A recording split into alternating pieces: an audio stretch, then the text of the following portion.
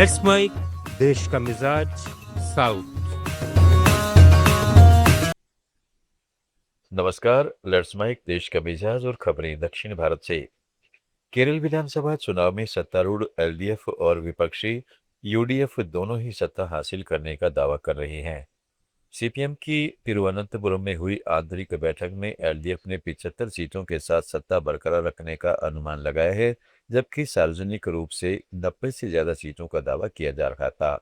उधर एलडीएफ को 25 मौजूदा विधायकों के हारने और यूडीएफ से सिर्फ 3 से 5 सीटें मिलने का अंदेशा है। दूसरी तरफ कांग्रेस के नेतृत्व वाला यूडीएफ 80 सीटों से ज्यादा जीतने का भरोसा जता रहा है और मंत्री वीणा जॉर्ज, रोशी अगस्टिन तथा एमबी राजेश के हारने का अनुमान लगा रहा है। दोनों मोर्चों के इन विरोधाभासी आकलनों से साफ है कि 140 सदस्यीय सदन में सत्ता की जंग बेहद करीबी रहने वाली है।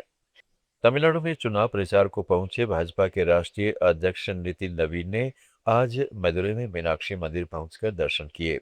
उन्होंने कहा, मां का दर्शन करने से एक अलग ताकत आती है, ऊर्जा मिलती है। तमिलनाडु वासियों और देशवासियों पर मां की असीम कृपा बनी रहे, सनातन को संजीवनी और ताकत मिलती रहे। इस मंदिर का इतिहास इतना बड़ा है कि हमें गर्व होता है कि हमारे इतिहास में इतनी बड़ी चीजें रही हैं जो हमें आगे बढ़ने के लिए संकल्पित करती हैं। और माँ का आशीर्वाद मिलने से निश्चित रूप से एक अलग ताकत आती है, ऊर्जा आती है। और मैं तमाम तमिलनाडु वासियों के लिए, अपने पूरे देशवासियों के लिए माँ के असीम कृपा हम लोग पर बनी रहे, सनातन को निश्चित रूप से संजीवनी और ताकत मिलती रहे। हमारे हिंदू देवी देवताओं का स्थान हमारे विचारों में, हमारे आदर्शों में, हमारे कार्यों में दिखता है। तमिलनाडु में सत्तारूढ़ सरकार के खिलाफ व्यापक असंतोष है और लोग बदलाव चाहते हैं। अन्नाडीएमके के वरिष्ठ नेता और अरोयापुरम के उम्मीदवार डी जयकुमार ने अपने इलाके में चुनाव प्रचार के दौरान कहा, पूरे राज्य में एंटी इनकम्बेंसी की लहर है। स्टालिन सरकार जनविरोधी है और कानून व्यवस्था की बड़ी समस्या बन गई है। गठबंधन में हर दल की अपनी विचारधारा है, लेकिन अन्नाडीएमके अन्य दलों की विचारधारा से प्रभावित नहीं होगा। पार्टी के मजबूत वोट बैंक और गठबंधन के वोटों पर भरोसा जताते हुए जयकुमार ने रोयापुरम में बुनियादी ढांचे के विकास और लोगों की जरूरतों को पूरा करने का वादा किया।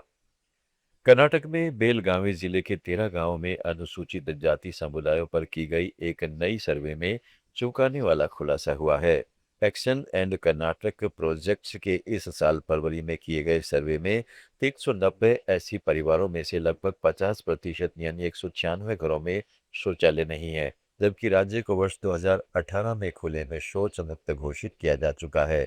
6 गांवों में सार्वजनिक शौचालय भी नहीं है, जिससे खासकर महिलाओं को गंभीर परेशानी हो रही है।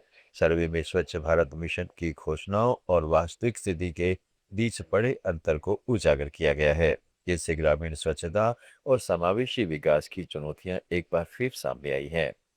इधर तेलंगाना की बात करें तो राज्य में स्वास्थ्य कर्मियों की संख्या दक्षिणी भारत में सबसे कम है। राष्ट्रीय स्वास्थ्य प्रोफाइल की ताजा आंकड़ों के अनुसार तेलंगाना में प्रति 10,000 आबादी पर सिर्फ 30 स्वास्थ्य कर्मी हैं, जबकि राष्ट्रीय औसत 49.5 है। दक्षिण के अन्य राज्यों से तुलना करें तो केरल में 144, आंध्र प्रदेश में 107 और तमिलनाडु में 86 स्वास्थ्य कर्मी प्रति 10,000 लोगों पर है। डॉक्टर नर्स अनुपात भी 1:1.3 है, जबकि आदर्श 1:3 माना जाता है। सामुदायिक स्वास्थ्य केंद्रों में विशेषज्ञ डॉक्टरों के 50% पद खाली पड़े हैं और ग्रामीण क्षेत्रों में स्टाफ की कमी से स्वास्थ्य सेवाएं प्रभावित हो रही हैं। इससे आम लोगों को बेहतर इलाज मुहैया कराना बड़ी चुनौती बन गया है। आंध्र प्रदेश के मुख्यमंत्री चंद्रबाबू नायडू 14 अप्रैल को विश्व क्वांटम डे के मौके पर अमरावती में 2 अत्याधुनिक quantum computing test bed launch करेंगे। एसआरएम यूनिवर्सिटी अमरावती में भौतिक रूप से ये गन्नावरम के मेगा टावर्स में वर्चुअली रूप से होने वाले 1S और 1Q टेस्ट बेड देश के पहले राज्य स्तरीय क्वांटम टेस्ट और सर्टिफिकेशन इकोसिस्टम होंगे। देश का मिजाज में फिलहाल इतना ही। जुड़े रहिएगा लेट्स माइक के साथ।